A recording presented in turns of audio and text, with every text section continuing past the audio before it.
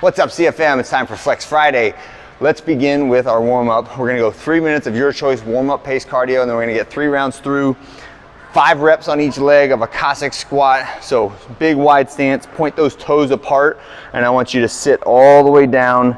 Both heels stay on the ground, and then we stand in between each rep.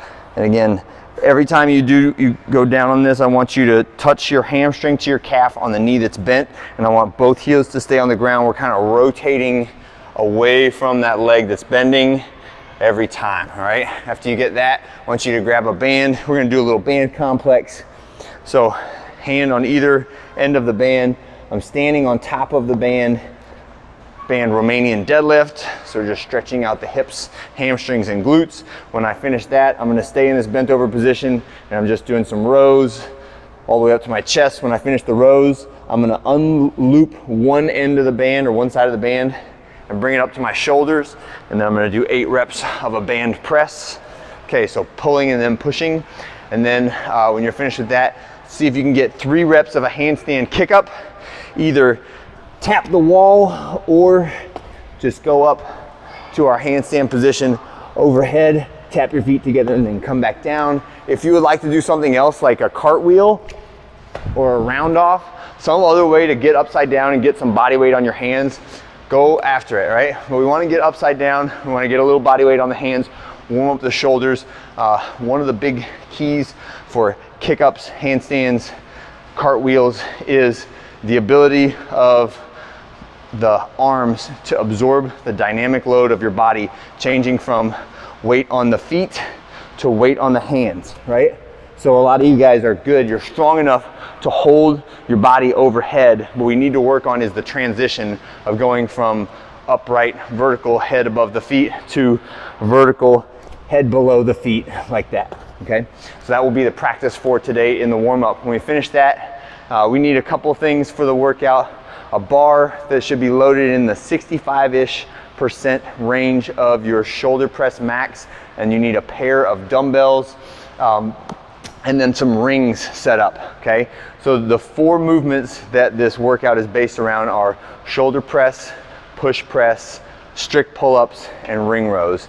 In between every set of those, you're gonna go and do your lighter, higher rep accessory stuff for arms and shoulders, okay? So the way this will work, we're gonna do 3 rounds through. It's not on the clock, but it is for muscle exhaustion. So where we're at in the program for arms is working on a little bit of volume accumulation for pushing and pulling. So that means biceps, triceps, delts, lats, pecs, right? All of the upper body pushing and pulling muscles need to be involved today.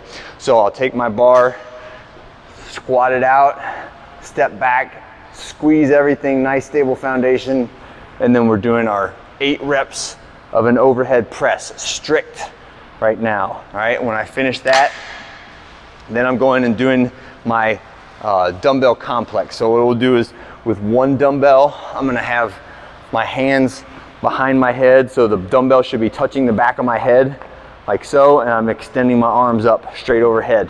And then I'm gonna take both dumbbells, so 12 to 15 reps of that, essentially until you feel a good burn in your triceps. And then I'm taking both dumbbells and we're doing a double dumbbell hammer curl. Same thing, 12 to 15 reps, or until you feel a good burn in the arms, all right? Then I'm gonna go back and I'm gonna do my next main exercise, which is a strict pull-up, right? So I'll get my strict pull-up station, and I'm doing 8 reps of that strict pull-up, and then back to my dumbbell complex of overhead dumbbell extensions and dumbbell hammer curls. Next, it's back to the bar, back to a pushing exercise. So again, squat it out. This time I'm doing push press. So dip, drive, press. This should be easier efficiency-wise than our shoulder press, but now my arms are starting to accumulate a little bit of fatigue, so it might feel tougher. Again, back to my dumbbell complex. Overhead triceps, dumbbell hammer curls, and then going back to my last exercise, which is our ring row.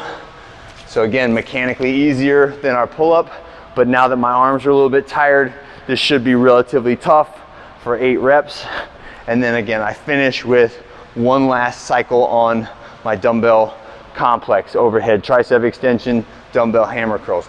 So I ended up doing 4 sets of that dumbbell complex.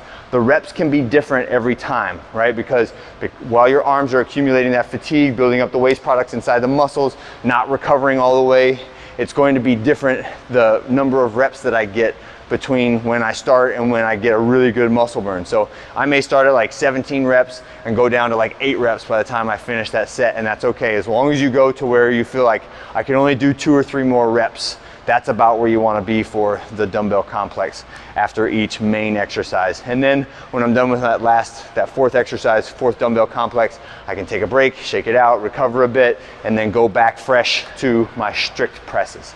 All right, and that is the workout for today. Not on the clock, so it's on you to make sure you maintain that intensity. Try to maintain minimal breaks in between exercises. Don't rest extra so that you can get more reps on the dumbbell complex. Force yourself to go into the dumbbell complex a little bit fatigued and allow the reps to be a little bit less, and you will get better results from the overall workout as opposed to resting longer in between each round and continuing to get more reps. So we're trying to compress those sets, but then take a big break after the set is complete.